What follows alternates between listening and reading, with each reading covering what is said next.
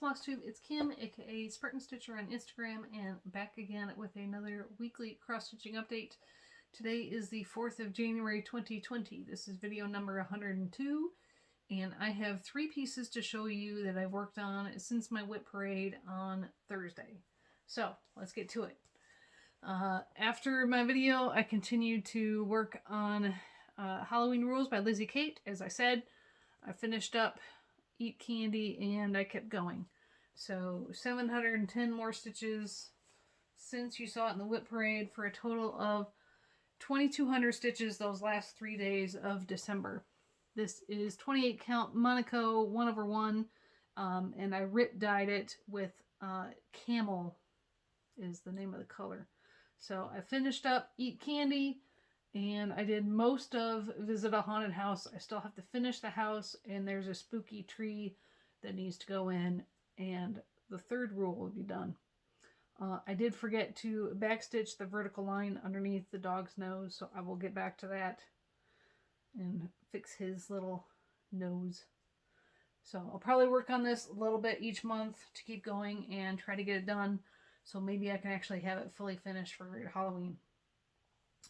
And then for Friday, Saturday, and Sunday, I worked on 2 pieces each day, the same 2 pieces. And here's what I'm thinking on this one. This is Oh Baby Retired Hay from Gelgash Taylor. This is my full coverage finish for the month, or for the year. So the one I'm going to finish, I have 5 full pages and 5 skinny pages left to do. 40,500 or so 10 stitches left as of the first of the year. So back in 2019, we had some challenges in Full Coverage Fanatics that were the 90-day challenges, where you work on a piece every single day.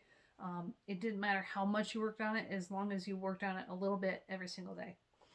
So I'm going to use that principle, that challenge idea, to guide me in going for a finish on it this year. This is actually one of the pieces I worked on for one of the 90-day challenges. So I know I do get tired of the colors. So I'm going to try to limit how much I work on it, although I'm not doing a very good job so far. I did the math for the number of stitches remaining. If I want to get it done by the end of April, I need to do 335 stitches on it a day. That is a very easy number for me to remember. If you look at my shirt, one of the units I was in was a 335th AMU. So if I can just aim for 335 a day, then I can have it finished by the end of April. But I've done more than that. I've been working on it in the evenings when I have like 3 hours after the girls have gone to bed. So I have done already 1,710 stitches in 3 days. I decided, and Anne helped me decide to do 2 pages at once. So since I can fit them both on the Q-snap, and I'm going to finish this whole thing anyways, it doesn't make sense to limit myself to 1 page at a time and keep taking the same colors out. So I already had, this was already done. These stitches were already started on the page. So what I did is I gridded this page, and I looked up what colors I had already done, and I started stitching those same colors in this page. Up here where it gets thick, there's one more major color that I have to still fill in here to have all the same colors done on both pages. So that's 1,700 stitches. You're going to be seeing this one a lot at the beginning of this year. So that is Oh Baby. Going to keep working on it every single day. And then the other piece I worked on is a Summer Ball by Sandy Littlejohns. Again, link below if you're interested in this chart. What I forgot to say in my whip parade is that this is stitched in all anchor floss. And I'm stitching it 28 count Monaco over 2 because it has fractionals and backstitch. So I have worked on this one every single day as well, because it is my piece for the January bookshelf challenge for the classics. I will be doing at least 1 book each month for the counting option This one will be for Pride and Prejudice, 1880 stitches. It also fits the theme because it's fancy ladies dancing at a ball and looks like, you know, the Netherfield ball. So I have done my first bingo square and a little more since I've already worked on it today. 1100 stitches. So again, I gridded my page, and the new page always starts on a grid line. So I have done all this floor, all the grays and pinks. And my goal on this one for the year, if you remember, is 1.5 pages. So this entire page, and I have a part thread, this entire page and half of the next one. These pages I told you are bigger than hay pages. They're 80 wide, so the same width, by 124 high. So it will fit on the Q-snap barely, but I moved it up a little bit just so I could reach this bottom part easier. So if I do my 2 bingo squares on this, I will get it done for bingo and do a little bit more than is required for the Pride and Prejudice and the Bookshelf Challenge. So I have to do about 900 more stitches on that one. For my other bingo square, I'm going for this line and this line. So I've already done it for some kind of celebration. It's a ball, that's a reason to celebrate. And then I'm also going to do it for a design with Blanc or B5200 DMC colors. Like I said, I'm stitching it in Anchor, but I'm actually using DMC white. And we've already said any white color, whether it's a kit floss, like a Dimensions kit, a Gecko Rouge kit, any kit floss that's white, even if you don't know the number, or the equivalent, you know, Anchor white. So those work. So that'll be its second block. And then for the rest of my January plans for this week, I'm going to keep working on my bingo pieces. So for Something That Flies and a Dragon, that's going to be Friends Forever by Ann Stokes, because it has a dragon on it. And then a piece with writing with words or books, that's going to be Sunday Delight by Randall Spangler, because all of the ingredients, the containers for the sundae, to make the sundae, have their labels on them with the words. So that'll work for that one. And then if I keep going for this line here, for bird and an outdoor activity, I'll be using Card Sharp because it does have a waterfowl as part of one of the card players, and they're playing cards outside. And then Friends Forever has a third square for design or design name starting with an F or a C. And then the last block I'll need is mittens, scarves, hats, or sweaters.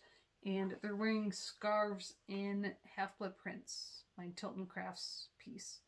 So that is my plan for bingo. So looks like it's going to be an all full coverage week coming up. We shall see what it brings. It's a weird week. A few Stitchy Gifts. Hold on one second. I gotta pause. Okay, so Stitchy Gifts that I got for Christmas. The first one is from Julie at Stitching at the Cabin. She actually gave one of these away in her videos, but she knew that I had ordered something and I was intending to send her a Christmas gift, so she had her husband make me one as well, even though I did not win the giveaway. And that is this. It is a Lowry accessory. If you think about a Lowry stand, how it comes up from the floor and there's that L-shaped bar that then the piece with the clamp attaches to the L-shaped bar. Well, if you have a stitching chair with a really wide arm, that L bar isn't long enough. It doesn't reach over far enough. So you can buy from like a Lowry brand extra wide L bar, but one thing that her husband came up with is to make this extender kit. So this slides onto the L bar, and then the piece with the clamp slides onto this, and it means that now in one of my stitching spots, I can use this, and the clamp has the Q-snap right in the middle of the chair. So thank you very much, Julie, for a thoughtful stitching accessory.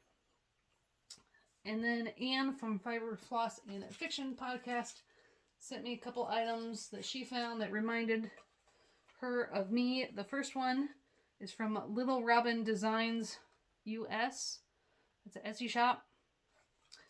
And it could be to hold floss cards, or a keychain, or a scissor fob, or put it on a project bag. It is a woman riding side saddle on a horse. Sorry, it's shiny. And then there's a Singer sewing machine charm on it as well. So really cute. Now that I've shown it to you in the video, I can find a home for it. So that's cool. And then she also sent me some soap from Northanger Soapworks. This one is 12th Night.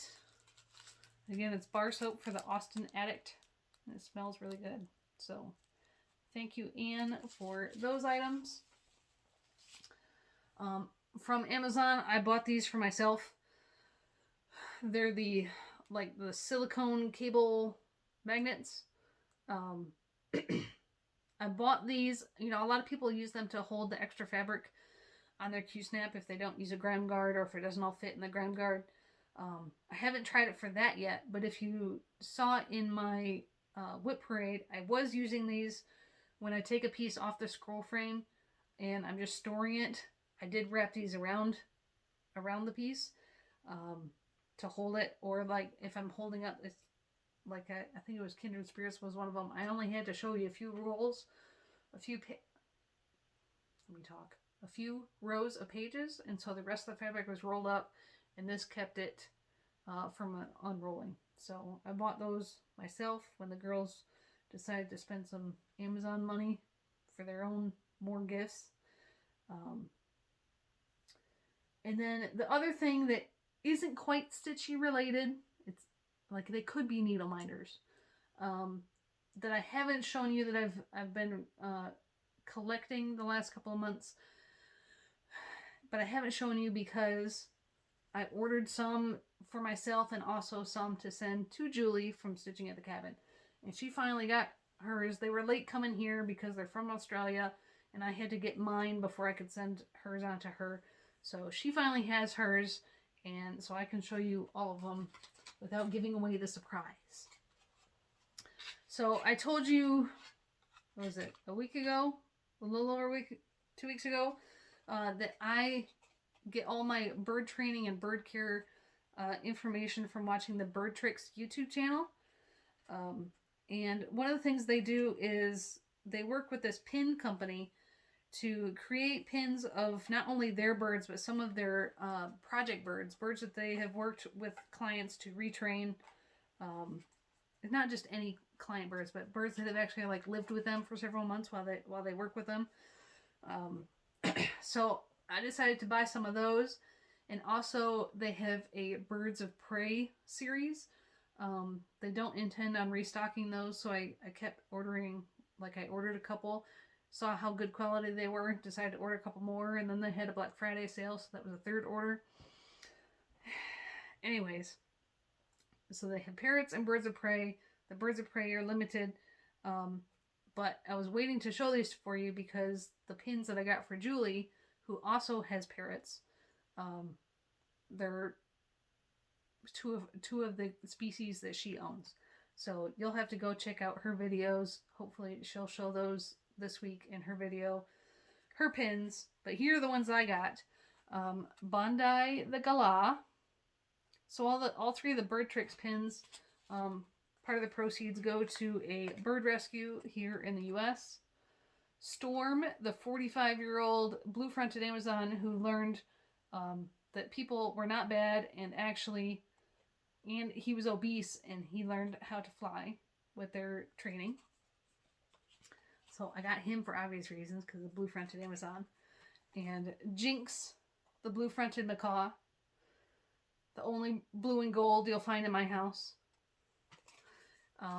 And then the Birds of Prey that I got, the first one I had to have just because I think he's really cool. This is the Harpy Eagle. So Hyperfinch is the name of the company. I'll link them below. If you look, it looks like buckbeak was part harpy eagle, huh? And then the Andean condor and the American kestrel. They also have a peregrine falcon, I believe a broad-winged hawk.